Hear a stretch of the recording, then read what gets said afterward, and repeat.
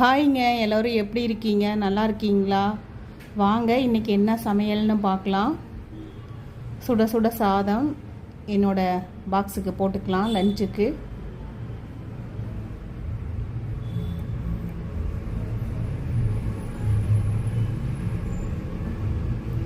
கத்திரிக்காய் உருளைக்கிழங்கு சுண்ட வச்சது சாப்பாட்டில் பிசைஞ்சு சாப்பிட்ற மாதிரி செஞ்சுருக்கேன். சூப்பராக இருக்குங்க. இந்த மாதிரி யாராவது செய்வேன் அப்படின்னா எனக்கு கமெண்ட்டில் சொல்லுங்கள். எங்கள் வீட்டில் சாம்பார் பருப்பை விட இந்த மாதிரி காய் சாப்பாட்டில் பிசைஞ்சு சாப்பிட்ற மாதிரி செஞ்சால் எங்கள் வீட்டுக்காருக்கு ரொம்ப பிடிக்கும். அப்புறம் ரசம், சிம்பிள் சமையல் தான் இன்றைக்கி. அப்புறம் மோர், வெண்ணெய் எடுத்த மோர், இன்றைக்கி பூண்டு வடகம். இதுதான் எங்கள் வீட்டு சாப்பாடு.